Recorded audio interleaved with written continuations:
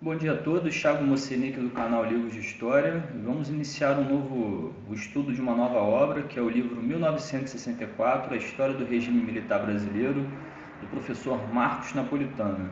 Merece até uma continência por a gente estar estudando o regime militar, né? Vamos lá, vou mostrar o livro para vocês.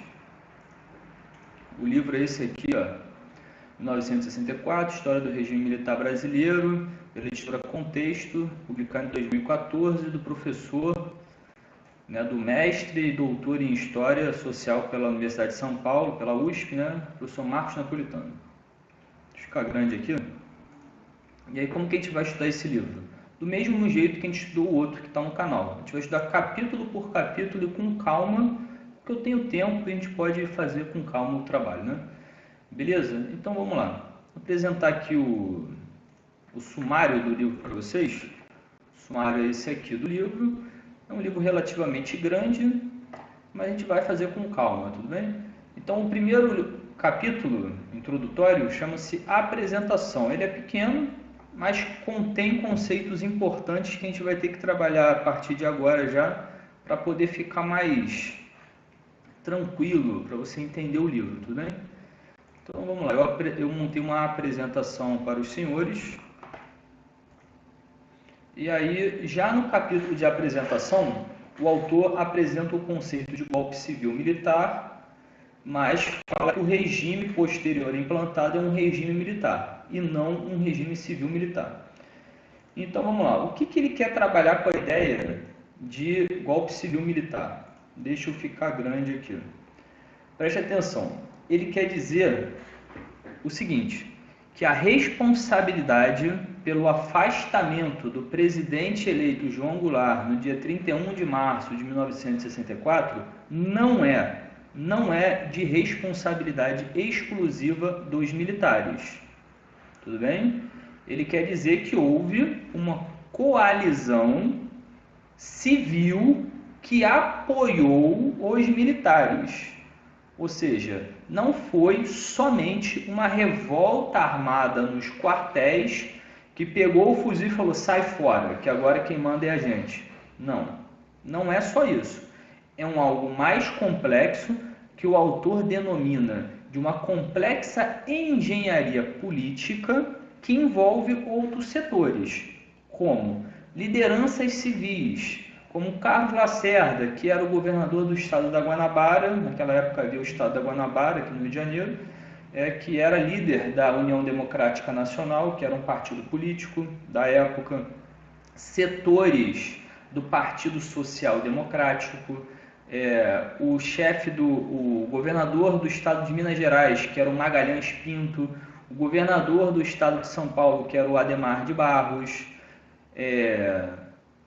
a Associação da Imprensa Brasileira, ou seja, vários veículos de comunicação, a grande mídia da época, os grandes jornais apoiaram, à exceção a um jornal chamado Última Hora, a Ordem dos Advogados do Brasil apoiou, a Igreja Católica, através do seu veículo institucional chamado Conferência Nacional dos Bispos do Brasil, apoiou, abençoou, deu a bênção para o golpe. Uniões cívicas femininas. Você está entendendo? Então, é uma complexa engenharia política que não envolve apenas os militares. Seria muita ingenuidade a gente falar, foram só os militares, que fizeram o golpe. Não foi. Então, o autor defende essa ideia. E aí ele vai até além. Ele fala que quem realmente deu o golpe final, o tiro de misericórdia, foi o Congresso Nacional, através da declaração lá do senador, que era presidente do Congresso na época, que era o senador Auro de Moura Andrade. Eu até vou botar aqui uma parte da declaração dele. Vem aqui comigo, olha só. Se você colocar no YouTube, declaro vaga à presidência da República, você vai ouvir a declaração lá esse primeiro aqui, curtinho. Atenção. O senhor presidente da República deixou a sede do governo. Deixou a nação acéfala.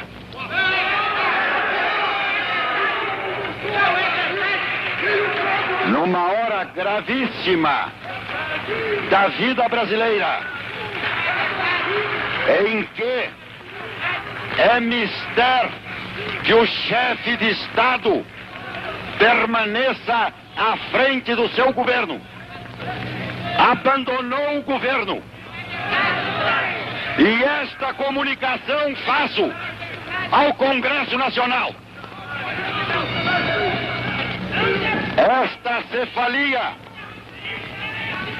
Esta cefalia configura a necessidade do Congresso Nacional como poder civil imediatamente tomar a atitude que lhe cabe nos termos da Constituição brasileira para o fim de restaurar nesta pátria conturbada a autoridade do governo e a existência de governo. Não podemos permitir que o Brasil fique sem governo abandonado.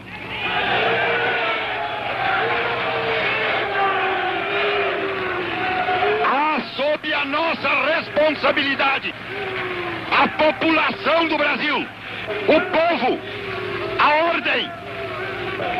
Assim sendo, declaro vaga a presidência da República.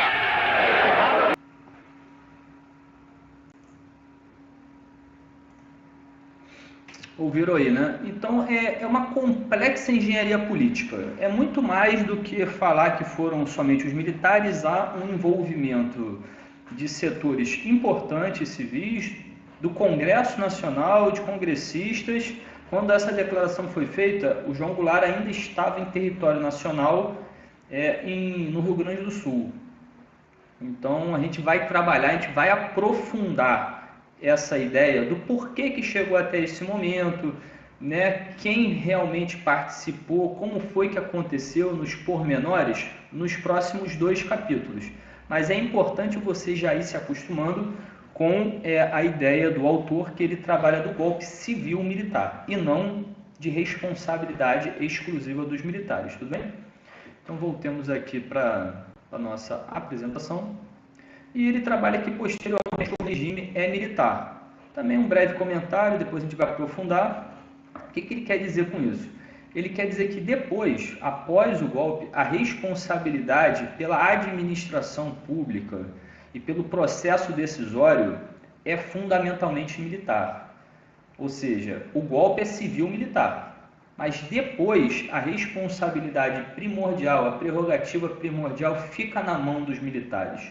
Isso não quer dizer que não haja civis envolvidos na administração pública. Isso não quer dizer. Há muitos civis envolvidos na administração pública. O corpo burocrático, ele tem muitos civis. Eles são utilizados. Agora, a palavra final é militar. Você pode perceber que todos os presidentes, né, de 64 até o Sarney, até o Figueiredo, que é o último presidente militar, são só militares. Nesse ínterim não tem presidentes civis. Fala assim, pô, mas não teve oportunidade. Teve sim, cara. Né? Quando o Costa e Silva ele tem um derrame cerebral e ele morre, né? O vice-presidente do Costa e Silva era um civil. E ele poderia ter assumido. A legislação da época falava que quem assumiria era o vice. Né? E aí ele é impedido. Tem um golpe para impedir o vice civil do Costa e Silva e vem o Médici. Então você vê que há uma subordinação civil aos interesses militares. Você tem grandes figuras civis dentro desse governo primordialmente militar, como eu acho que o mais importante é o ministro da Fazenda, um super ministro da Fazenda, né, que era o Delfim Neto. Então, figuras importantes tecnocráticas. Entretanto, a responsabilidade final era dos militares. Tudo bem? A gente vai aprofundar isso Mas fica com isso. O autor trabalha a ideia de regime militar, ponto. E trabalha a ideia de golpe civil-militar, beleza? Então, avancemos. Também nesse capítulo introdutório, ele já apresenta a tese, né, de qual foi a razão do golpe. Né? Então, aqui, eu não vou ler a parte final, isso daqui a gente vai ter tempo, mas eu quero que você fique com essa ideia. O motivo principal foi uma inconciliável divisão ideológica a respeito de um projeto futuro de Brasil. Então, volta aqui para mim, deixa eu ficar grande. A gente vai trabalhar essa ideia mais à frente nos 2 próximos capítulos, mas essa é a tese do professor Marcos Napolitano. Ele diz que era um momento único da história brasileira, no qual a política não conseguiu resolver os conflitos, né, institucionais que definiriam o futuro brasileiro. E isso aconteceu essa incapacidade da política de se rearticular mediante conflitos, porque havia projetos inconciliáveis, opostos, que estavam brigando entre si para se definir como o caminho futuro do Brasil. Né? O projeto de João Goulart, do presidente que estava apresentando, né, as reformas de base, que era principalmente, né, a democratização do voto. Ele queria expandir o voto para os analfabetos e fazer uma reforma agrária, né, entre outros, que a gente vai estudar mais à frente, e uma visão dos militares, né, que já estava sendo esboçada desde 1962, que era um aprofundamento do capitalismo brasileiro através de uma acumulação primordial do capital, através do modelo de desenvolvimento com segurança. A gente vai ver isso mais à frente, mas o que eu quero que você tenha na sua cabeça é o seguinte: quando você se fizer a pergunta, qual foi a razão do golpe? Qual foi a razão do golpe? O professor Marcos Napolitano, ele responde da seguinte maneira: ele fala que havia projetos inconciliáveis de Brasil. Eram 2 projetos que se chocavam. E isso foi a razão do golpe, porque não houve uma conciliação possível por meio da esfera política institucional. A política não conseguiu resolver esse embate de projetos políticos opostos. Tudo bem? A gente vai aprofundar isso. Eu vou te demonstrar que projeto político era esse apresentado, né, pelo governo João Goulart, e que projeto político é esse apresentado pela conspiração golpista que desenvolveu esse projeto lá no Instituto Político, Instituto IPES, né? Instituto de Pesquisas e Estudos Sociais, a partir de 1962, principalmente idealizado por Golbery do Couto e Silva.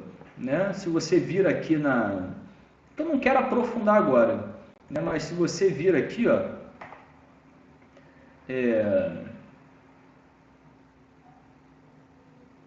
olha lá, desde 1962, no Instituto de Pesquisas e Estudos Sociais, a partir de uma coalizão civil-militar, o principal ideólogo, Golbery do Couto e Silva. Então eu quero que você fique com essa ideia. Qual é a ideia que eu quero que você fique? Essa aqui. Qual é a razão do golpe? Uma inconciliável divisão ideológica a respeito de um projeto futuro de Brasil. Eu só quero que você fique com essa ideia na sua cabeça agora. Eu vou apresentar qual era o projeto de Brasil pelo governo João Goulart, que foi refutado, e qual era o projeto político de Brasil que estava sendo desenvolvido desde 1962 lá no IPES. Né? Esses 2 projetos são inconciliáveis E isso levou a uma intervenção militar para que o projeto defendido pelo João Goulart não fosse levado à frente e fosse trocado, fosse implementado o projeto político, né, dessa coalizão civil-militar que já vinha sendo desenvolvido no IPES. Essa é a tese, né, do professor Marcos Napolitano. A gente vai aprofundar, mas fica com essa ideia na tua cabeça aí, tudo bem? Então, avancemos. Né? Aqui uma outra ideia que o professor já apresenta na apresentação, né? Ficou repetitivo, mas é isso aí. Né? É que o golpe foi tramado dentro e fora do Brasil. Deixa eu voltar aqui, deixa eu ficar grande. Aqui existe essa questão controversa que o professor apresenta o seu posicionamento. A ideia é a seguinte: os Estados Unidos, ele foi o responsável pelo golpe por fazer o planejamento do golpe? Essa é uma pergunta complexa, né? O envolvimento dos Estados Unidos no golpe civil-militar, e quem é o responsável pela articulação, pelo desenho, pelo planejamento do golpe? Né? O professor responde que o projeto foi feito tanto pelos Estados Unidos quanto pelo Brasil. Foi uma ação conjunta. Né? Mais à frente a gente vai trabalhar essa ideia, mas eu te adianto que o plano foi elaborado pelos dois, mas o passo a passo foi feito principalmente pela Embaixada Norte-Americana no Brasil, principalmente a partir de 1963. Entretanto, a ação prática, como ele foi colocado em prática, não obedeceu o planejamento da Embaixada Norte-Americana. Ou seja, a Embaixada Norte-Americana, a partir de 1963, depois da morte do Kennedy, começou a ter uma ação mais efetiva, que é lá por causa do novo presidente norte-americano, o Lyndon Johnson, né? Ele tem uma ação, essa mudança de governo do Kennedy para o Lyndon Johnson faz uma maior atividade na Embaixada Norte-Americana no Brasil e esmiuça melhor o plano de retirada, né, do João Goulart da presidência da República. Entretanto, a ação golpista, a ação que partiu lá de Minas Gerais, a partir do general Olímpio Mourão e do Magalhães Pinto, não obedece a esse planejamento da Embaixada Norte-Americana. Tudo bem? A gente vai aprofundar isso nos capítulos posteriores. Entretanto, a pergunta é: o golpe foi planejado pelo Brasil ou pelos Estados Unidos? A resposta é pelos dois. Conjuntamente. Tudo bem? A resposta é essa que o professor apresenta. Com um foco, né? A resposta é essa. Fica com isso daí na tua cabeça, tá bom? Vamos lá, avancemos. A Revolução Cubana, em 59, coloca a América Latina no papel de destaque da Guerra Fria. Então aqui também é importante, por quê? Porque tu fala assim, né? Por que os Estados Unidos ele começa a olhar para o Brasil com mais atenção? Né? E por que Moscou também começa a olhar para o Brasil com mais atenção? É principalmente por causa, né, da Revolução Cubana. A Revolução Cubana é um evento importante que coloca a América Latina inteira, né, no radar da Guerra Fria. A partir da Revolução Cubana, né, a possibilidade da expansão do regime comunista para outros países muda de uma mera hipótese, né, uma coisa distante, para uma real possibilidade, porque aconteceu em Cuba. Então, essa ideia de fazer uma revolução comunista, ela está presente no Brasil, sim. Então, o autor, durante o livro, e a gente vai aprofundar isso, ele vai apresentar que houve ideias de implantar um regime comunista no Brasil. Houve grupos armados que foram fazer treinamento em Cuba para poder montar guerrilhas armadas no Brasil e montaram, a exemplo do movimento revolucionário Tiradentes, que era o braço armado das ligas camponesas, que já atuavam no Brasil desde 1961. Desde 1961 já havia movimentos armados no Brasil que tinham por intenção fazer uma revolução comunista no Brasil, sim. E o autor defende essa ideia também. Tudo bem? Então, há uma influência muito grande, né, da Revolução Cubana na alteração das estruturas políticas, sociais e econômicas brasileiras. Né? Quem está no Brasil olha, pô, mas aconteceu em Cuba, isso pode acontecer aqui também. Você está entendendo? Então a gente vai aprofundar isso mais à frente, mas fica com essa ideia aí que vai ser importante. Tudo bem? Então, avancemos. O autor também trabalha a doutrina de segurança nacional propagada pela Escola Superior de Guerra. Então, vamos trabalhar isso daqui rapidamente, né? O que é a doutrina de segurança nacional que o autor vai trabalhar nos próximos capítulos? A doutrina de segurança nacional, desenvolvida pela Escola Superior de Guerra, trazida pela Escola Superior de Guerra, que ela pegou esse conceito, né, lá nos Estados Unidos, e a Escola Superior de Guerra é na Urca, no bairro da Urca, aqui no Rio de Janeiro, é o seguinte, que o inimigo durante a Guerra Fria, porque a gente está vivendo um momento de Guerra Fria, nesse momento histórico que a gente está estudando, ele é um inimigo interno. Ele é um inimigo interno que está tentando espalhar a subversão comunista pelo território nacional. Então, o inimigo não vem mais de fora. O inimigo não vem com um avião para tentar tomar o território.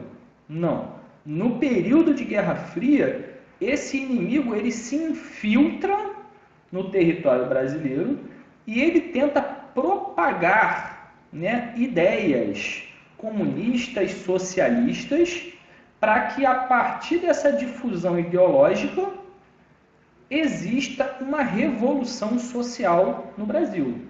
Você está entendendo? Então, a doutrina de segurança nacional, ela vai combater o inimigo ideológico interno, a subversão comunista. Tudo bem? O inimigo está internamente. É uma nova doutrina de segurança. A gente não está mais tão preocupado, né, com a defesa das fronteiras, embora elas continuem, é claro, mas a gente está agora preocupado, o país está preocupado agora com a defesa interna, porque o inimigo já se infiltrou. O inimigo já se infiltrou e a gente nem percebeu. Então a gente tem que combater esse inimigo interno, como acontecia lá no Vietnã. Não sei se você já estudou o Vietnã, a guerra do Vietnã, mas no Vietnã foi adotada a mesma ideia, porque o inimigo, né, lá no Vietnã era um inimigo interno, era um inimigo que se confundia com a população. Tudo bem? Beleza? Então é isso daí que você tem que ficar ligado na doutrina de segurança nacional. Avancemos. Avancemos aqui, né? Doutrina de contra-insurgência. Né? O autor também vai trabalhar essa ideia. Mais à frente a gente vai trabalhar mais profundamente, mas eu quero que você fique ligado no seguinte. O que é a doutrina de contra-insurgência? Eu não vou falar de onde ela veio, né? Ela é uma união de ideias francesas e de ideias americanas, mas o que você tem que saber agora é o seguinte. A doutrina de contra-insurgência é como combater esse inimigo interno que já está infiltrado que a doutrina de segurança nacional falou, defendeu, né? Como combater esse inimigo interno que já está infiltrado em território brasileiro? A doutrina de contra-insurgência fala o seguinte: a gente vai combater esse inimigo interno através de técnicas policiais mais as técnicas militares. Ou seja, é uma defesa diferente. A gente não vai botar tanques nas nossas defesas, a gente não vai botar aviões defendendo o nosso espaço aéreo, a gente não vai colocar submarinos protegendo a nossa costa marítima, não. A nossa defesa, agora a nossa tática de defesa é qual? São princípios policiais, ou seja, investigações,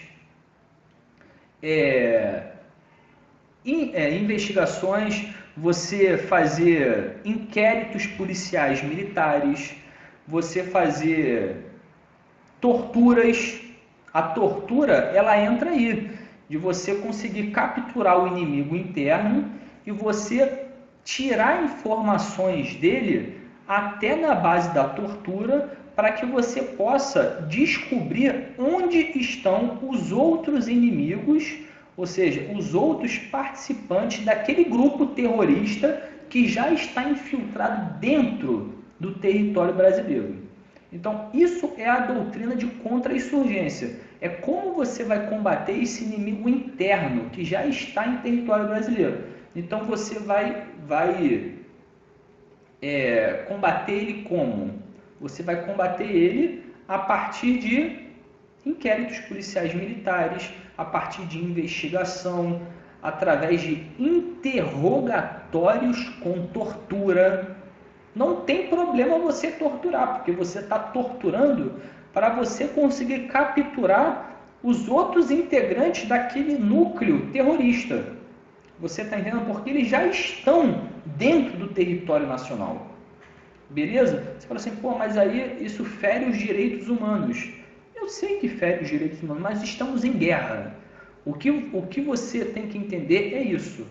Isso foi adotado mediante a ideia que estamos em guerra. Estamos em guerra. Então é válido você interrogar um suspeito mediante tortura, porque você está em guerra. Tudo bem? Isso é a doutrina de contra-insurgência. A gente não está discutindo se isso é válido ou não. É lógico que não, porque fere os direitos humanos. Mas acontecia. E eu quero que você saiba o que é a doutrina de contra-insurgência. Tudo bem? E aí um outro tópico, e é o último tópico que o autor trabalha, né, nesse primeiro capítulo, é que a abertura política não foi inequívoca e linear. A sociedade pressionou, forçando os limites iniciais da transição conduzida pelo alto. Isso aqui é o quê? Lá no final, a partir de 1979, no governo Geisel, começa-se a pensar, né, até no governo anterior, no governo Médici já se começa a pensar nisso. Mas a partir de 79 começa a ser implementado a abertura política, ou seja, o período de transição, quando os militares eles decidem abandonar o governo e transferir o poder para os civis. Isso vai acontecer lá no Sarney. Então os militares fazem, isso é chamado de distensão política, quando é que os militares decidem sair, né, do governo e o governo voltar para os civis. E aí existe esse debate político se a sociedade ela conseguiu influenciar, né, o ritmo dessa transição ou não. Ou seja, a pergunta é, tudo bem, os militares decidiram ir embora. Os militares decidiram, a partir de 1979, ir embora e deixar os civis reassumir o governo. Tudo bem? Tudo bem. Mas e aí, será que esse ritmo de devolução do poder aos civis foi influenciado pelas pressões da sociedade? É uma pergunta. O autor diz que sim. O autor diz que sim, Marcos Napolitano defende a ideia, sim, o processo de devolução de poder aos civis foi influenciado pela sociedade, pelos movimentos sociais. Tudo bem? Então, isso a gente vai aprofundar mais à frente, mas ele já apresenta isso na apresentação. Apresenta na apresentação novamente, falei 2 vezes isso, né? Mas, enfim, então a gente chegou ao fim agora desse primeiro capítulo, são coisas importantes, são conceitos importantes que vão ajudar a gente entender melhor o livro. Tudo bem? Então, eu vou parar por aqui. Tamo junto, bater até uma continência em homenagem, né? Tamo junto, um abraço, vamos nessa.